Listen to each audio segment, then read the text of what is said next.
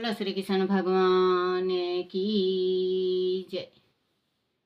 श्रीमद्भागवत महापुराण की जय। श्रीमद्भागवत महापुराण में 11वां अध्याय। राजा राहुगण को भरत जी का उपदेश। जड़ भरत ने राजा से कहा, क्षमा मुझसे नहीं परम ब्रह्मा से मांगे, वह ही सब पर दया करने वाले हैं। ज्ञान इंद्रियों की भांति तर्क करने से कुछ प्राप्त नहीं होता। तत्व ज्ञानी पुरुष स्वामी सेवक संबंधों और विचार नहीं करते, क्योंकि लौकिक व्यवहार के पुरुष स्वामी व्यवहार के समान वैदिक व्यवहार भी पूरे सत्य नहीं है। वेदों में जो कुछ भी कहा गया है वह ग्रह स्थितियों की जीवन उत्पत्ति को ही ध्यान में रखकर कहा गया है। राग देश से रहित विशुद्ध तत्व ज्ञान का उल्लेखन उनमें भी नहीं किया गया है। जो गृहस्थल ज्ञान कर्मों से प्राप्त सर्विग सुखों को सपन वत अर्थात क्षण भंगुर नहीं समझता, उसे उपनिषदों का तत्व ज्ञान ही परम तत्व के दर्शन नहीं कर सकता। जब तक मनुष्य का मन सत्व राज और तमो गुणों के वाशीभूत रहता है, तब तक वह अपनी सभी इंद्रियों पर अंकुश रखे बिना सुख अशुभ कर्मों में ही लिप्त रहता है। उनका मन भौतिक वासनाओं में ही उलझा रहता है और वह अपने को कभी सुखी और समृद्ध अनुभव करता है तो कभी पातक के गर्त में गिर जाता है। वह मायावी मन इस प्रकार जीवन को संसार चक्र में डालकर घूमता रहता है। जब तक वह मन है तभी तक जीव के समान अच्छे बुरे देश बने रहते हैं। अंत इस मन को वश में करके ही परमात्मा के दर्शन किए जा सकते हैं। वही मार्ग है जिसे जीव मोक्ष प्राप्त कर सकते हैं। विषय वासनाओं में लिप्त रहने वाला मन जीवन को संसारिक संकटों में डाले रहता है। इसे तटस्थल होकर ही शांति में मुक्ति प्राप्त की जा सकती है। हे राजन, 5 कर्म इंद्रियों, 5 ज्ञान इंद्रियों तथा 1 अहंकार और 11 मन की विनतियां हैं। उनके द्वारा उत्तम 5 प्रकार के कर्म, 5 तमन्नाएं और 1 शरीर व 11 इनके आधारभूत विषय हैं। गंध रूप शब्द रस और शब्द यह 5 ज्ञान इंद्रियों के विषय हैं और मल त्याग संभोग गमन भाषण और लेना देना आदि कर्म इंद्रियों के विषय हैं। शरीर मेरा है, इस प्रकार वह स्वीकार करना अहंकार का विषय है। मन कि यह 11 विनत्या काल कर्म और स्वभाव के अनुसार करोड़ों भेदों में विभक्त हो जाती है, परंतु इन सभी की सत्ता का केंद्र आत्मा है, मन नहीं। शरीर तो उन्हें क्रिया रूप में परिगत करने वाला मध्य मात्र है जो नाशवार है। आत्मा इन सभी की सत्ता का केंद्र होते हुए भी उनमें विलग्न एक तटस्थल दर्शन की भांति उन्हें देखता रहता है। अपनी ओर से वह कुछ नहीं करता। जो भी दिशा निर्देश देता है वह मन देता है। आत्मा तो मन की इन विनतियों को साक्षी मात्र है। यह आत्मा परमात्मा की तेजोमय ज्योतिष का सूक्ष्म अंश मात्र है। परमात्मा तो सर्वव्यापक है, वह जगत का कारण स्वरूप है, वह संपूर्ण है, सर्व से प्रकाश अजन्मा देवता और माया का निराकार। वह आत्मा के द्वारा इसी सभी प्राणियों के अंत कारण में रहता है। वही समस्त प्राणियों में चेतना भरता है। वही समस्त जीवों का आश्रयदाता बनकर वासुदेव है। जैसे वायु निरंकार होते हुए भी अनुगमन है, जीव की प्राण रूप होकर उन्हें प्रेरित करती है, उन्हें सक्रिय बनाती है।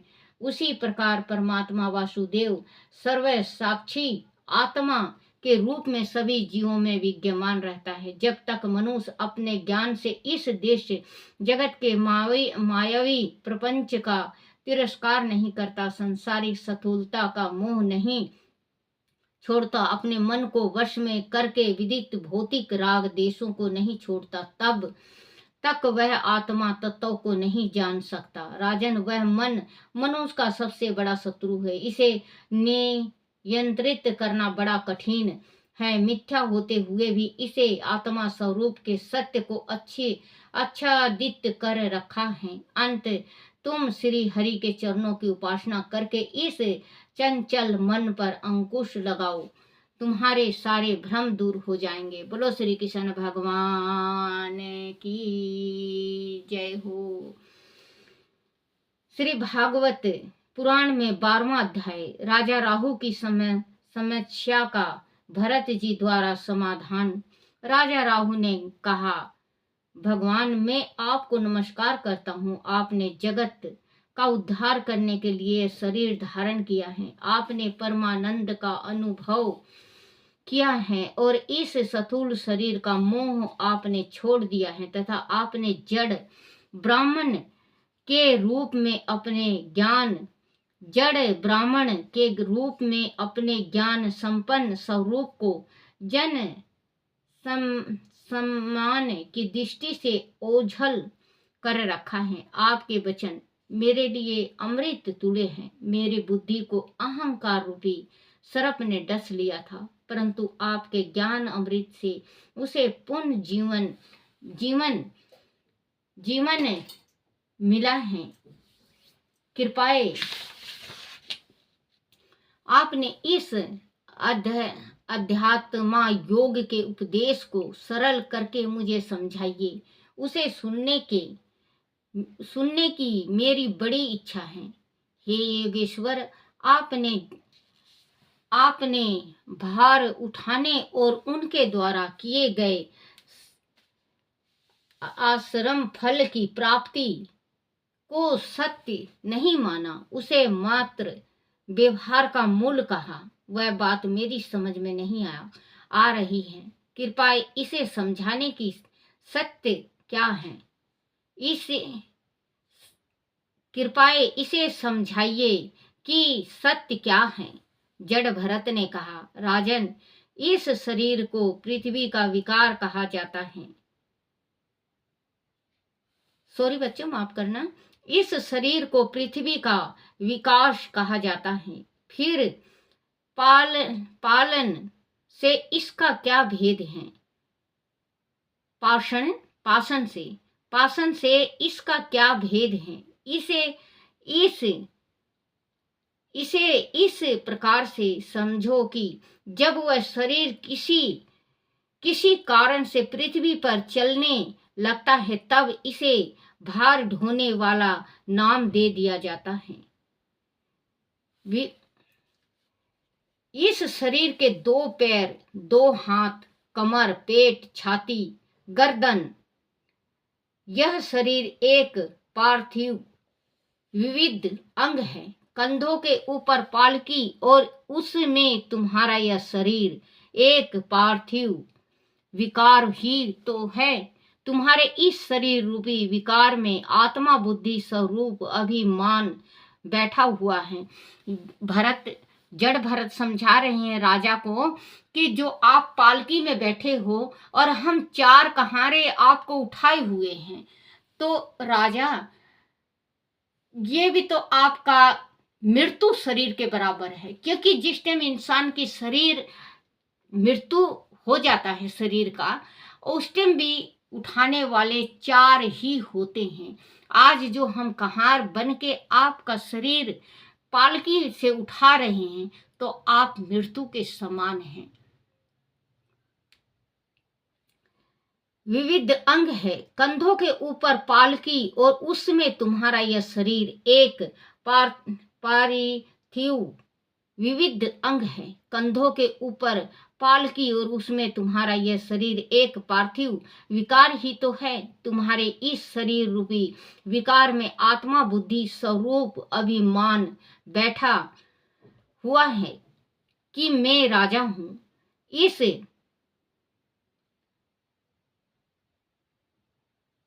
इस अभिमान से अंधे होकर तुम्हारी श्रेष्ठता को, तुम्हारी कुरुता और दिशता के दुष्टता ने ढक लिया है। इसीलिए तुमने इस बेचारे दीन दुखियों कहारों को बगैर वेगार में पकड़कर अपनी पालकी में जोत रखा है और बड़ी बड़ी बातें करते हो कि तुम राजा हो, प्रजा के रक्षक हो, जबकि तुम यह जानते हो कि संपूर्ण चल अचल जीव पृथ्वी से उत्पन्न होते हैं और पृथ्वी में ही लीन हो जाते हैं। क्रिया भेद के कारण ही उनके अलग अलग नाम पड़े हैं।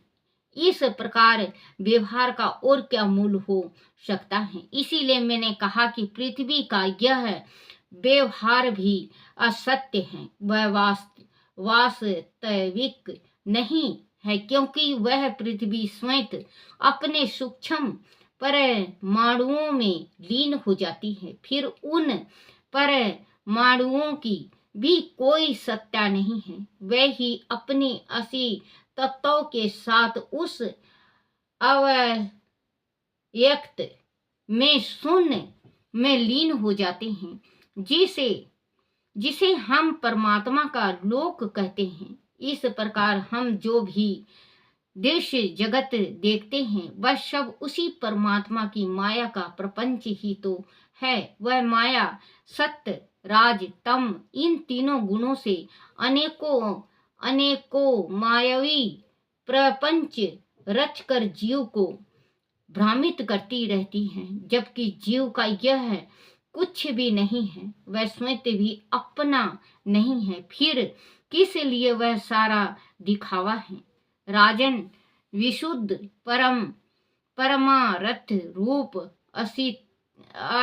अद्वितीय बाहर और भीतर के भेद से रहित परिपूर्ण ज्ञान ही सत्य है और वह सत्य ही सर्वदा निर्विकार है। इसी का नाम भगवान है। ये कह रहे हैं कि जो संसार में है वो भगवान के बिना नहीं चलता। जब भगवान है संसार में तो संसार है। अब भगवान नहीं, भगवान निंद्रा में जब चले जाएंगे, जब ब्रह्मा जी निंद्रा में चले जाएंगे तो धरती सुन हो जाएगी, धरती विलीन हो जाएगी, धरती नहीं रहेगी, जल रह जाएगा। तो किस वास्ते आपको इतना अभिमान है? आप कहते हो राजा साहब कि मैं प्रजा को देखता हूँ, प्रजा मेरे सेवक है और प्रजा का मैं पालन करता हूँ। तो आप खुद इस चीज का विचार करो कि प्रजा को दुख देके आपको कहाँ सुख मिलेगा। आपने प्रजा को ही अपने पालकी में जोत दिया है। राजा साहब, आपके अंदर मैं है, आपके अंदर गरुड़ है, आपके अंदर अहंकार है। जिस अहंकार के पन से आप अंधे हो चुके हो कि मैं राजा हूं, इस धरती पे राजा है या रंक है या फकीर है, कोई भी है, जब जो आया है उसे इस धरती को छोड़ के जाना है। फिर क्या है मेरा? कहते हैं दुनिया मेरा मेरा, कुछ नहीं भाई तेरा मेरा। खाली हाथ आए बंदे, मुट्ठी बांधे आया रे बंदे, हाथ पसारे जाएगा। क्या लेके तू आया था बंदे, क्या लेके तू जाएगा। नंगा तू आया था बंदे, नंगा ही तू जाएगा। एक लंगोट मिलेगी तुझको, वो भी उतारा जाएगा। क्योंकि बच्चों, संसार में जो कुछ भी है वो हमारा नहीं है। अगर हम दान करते हैं, पुण्य करते हैं, वो हमारा है। आज मान लो बच्चों, मैं आंख से परेशान हूँ, अगर कोई भाई बहन बेटा बेटी अगर मेरा आंख बनवा देता है, वो दान महादान होता है। जो किसी की लड़की, कुंवारी लड़की बैठी है और उसके पास गुंजाइश नहीं है शादी करने की, उसकी शादी करवा दो आप, तो वो दान महादान है। कहीं पे पानी नहीं है, प्यासे बंदे मर रहे हैं और वहां पे नलका टूंटी या कुआं नहीं है, आप कुआं बावड़ी या नलका लगवा दो, आपका दान महादान होता है। ऐसा ऐसा दान करो बच्चों, जो कि दान आपके 7 कुल तक तार दे। जो दान होता है 7 कुल तक तार दे।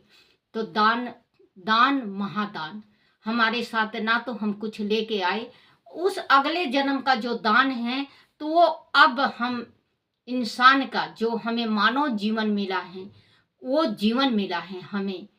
और अगर अब हम करेंगे तो अगला जन्म हमें भगवान के चरणों में सेवा करने को मिलेगा। जैसा जस करनी जस भोगऊ ताता, नरक जात काहे पछताता। अभी भी समय है बच्चों, अभी भी समय है। संभाल लो, अपने हाथ में डोरी ले लो दान पुण्य का, अपने हाथ में डोरी ले लो भक्ति का। कहते हैं उड़ जाएगा, उड़ जाएगा हंस अकेला रे यो, चली चला का मेला। उड़ जाएगा, उड़ जाएगा हंस अकेला रे यो, चली चले का मेला।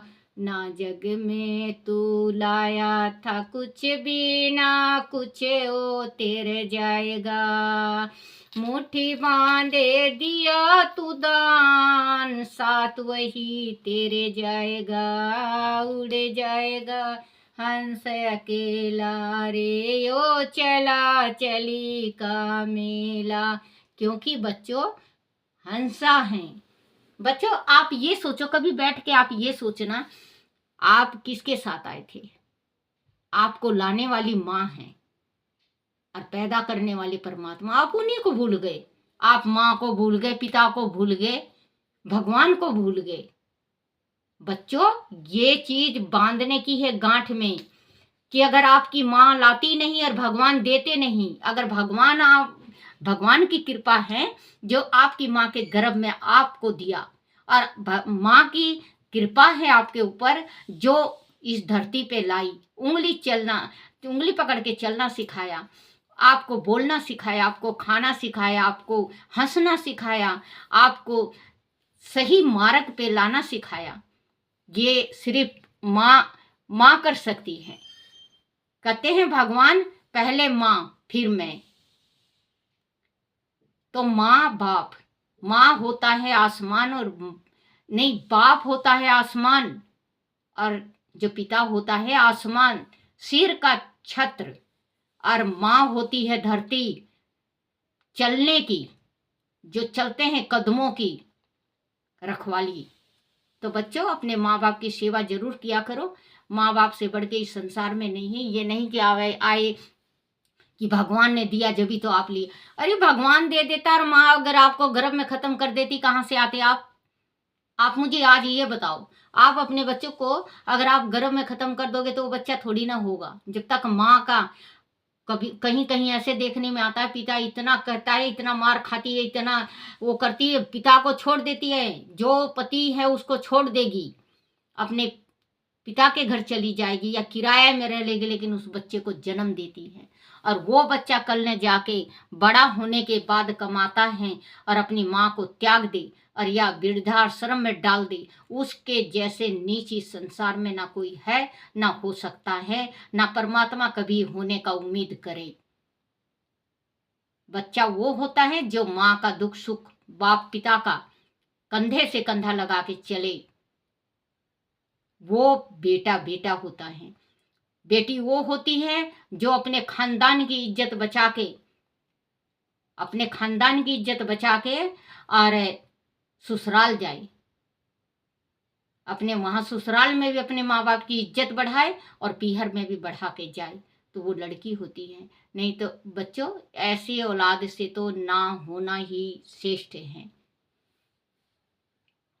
तो दान जरूर किया करो। अगर गुंजाइश है आप पे और कोई रोता है, मेरे टूटे हुए दिल से कान्हा आज तो पूछो कि मेरा हाल क्या है। कान्हा हाल क्या है मेरे टूटे हुए दिल से। कान्हा आज तो पूछो कि चंदा हाल क्या है, बहना हाल क्या है। तो कहते हैं बच्चों, जब दर्द होता है तो भजन खुद ही बन जाता है। कहते हैं ना कि दिल में जब दर्द होता है तो भजन, गीत, शायरी खुद बन जाता है। तो बच्चों, आप मदद जरूर किया करो, ऐसे के मदद करो आप जो इस संसार में जिसका कोई नहीं, कमाने वाला नहीं है। राजा हो, प्रजा के रक्षक हैं, जबकि तुम यह जानते हो कि संपूर्ण जल अचल जीव उनके परमाणुओं की भी कमी कोई सत्या नहीं है। वह भी अपने अस्तित्व के साथ उसे व्यवहार शून्य में लीन हो जाते हैं, जिसे हम परमात्मा का लोक कहते हैं। इस प्रकार हम जो भी दृश्य जगत देखते हैं वह सब उसी परमात्मा की माया का प्रपंच ही तो है। वह माया सत्य राज तम इन तीनों गुणों से अनेक मायावी प्रपंच रचकर जीव को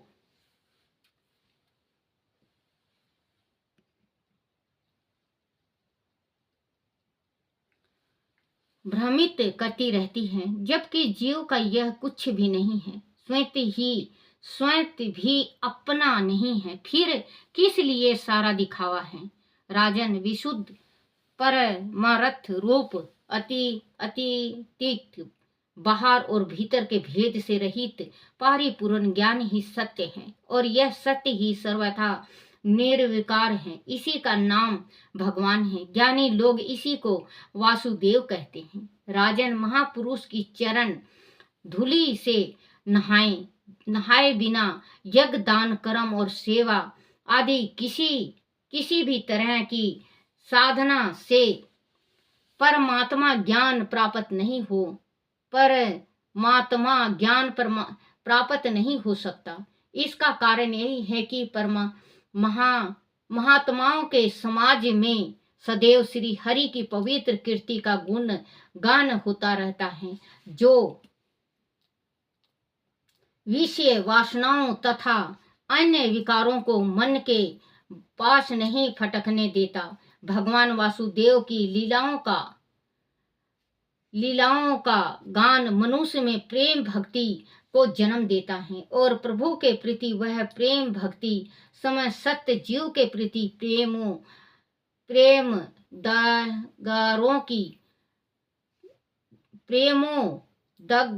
दगारों को प्रकट करती है। इस प्रकार जो प्रभु के जीव से प्रेम करता है वह प्रभु से प्रेम करता है। हे प्रभु वासुदेव ऐसे भक्त के प्रतिपाल निकट रहते हैं और उसे कभी अपने से विलग नहीं करते। वह हर पल और हर घड़ी उनके परमानंद सत्य स्वरूप में निमग्न रहता है। राजन, पूर्व जन्म में मैं भरत नाम का एक राजा था।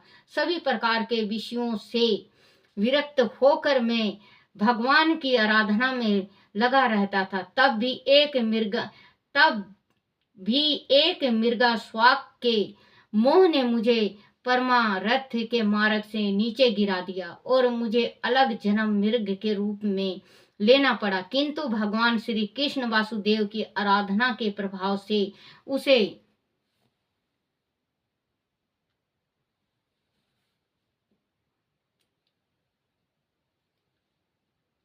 भगवान श्री कृष्ण वासुदेव की आराधना के प्रभाव से उस मृग योनि में भी मेरी पूरी समिति बनी रही। फिर उस योनि से मुक्ति मुझे तभी मिली जब मैंने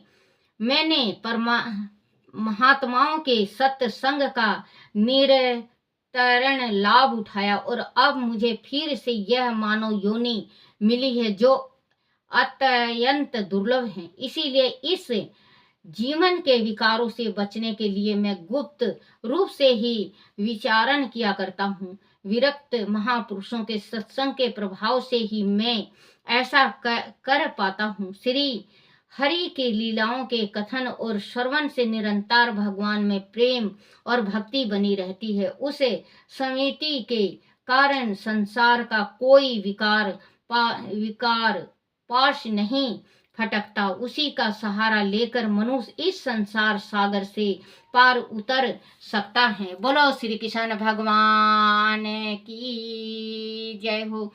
बोलो श्री भागवत महापुराण की जय हो। श्री कृष्ण गोविंद हरे मुरारी, हे नाथ नारायण वासुदेवाय, हे नाथ नारायण वासुदेवाय, हे नाथ नारायण वासुदेवाय। बोलो श्री कृष्ण भगवान की जय हो। आरती श्री भागवत भगवान की है आरती, पापियों के पाप को है तारती। आरती श्री भागवत भगवान की है आरती, पापियों के पाप को है तारती। जय मेरे कन्हैया की जय, मेरे ठाकुर जी की जय। बोला श्री कृष्ण भगवान की जय हो। अपने अपने माता पिता की जय हो। अपने अपने गुरुदेव महाराज की जय हो।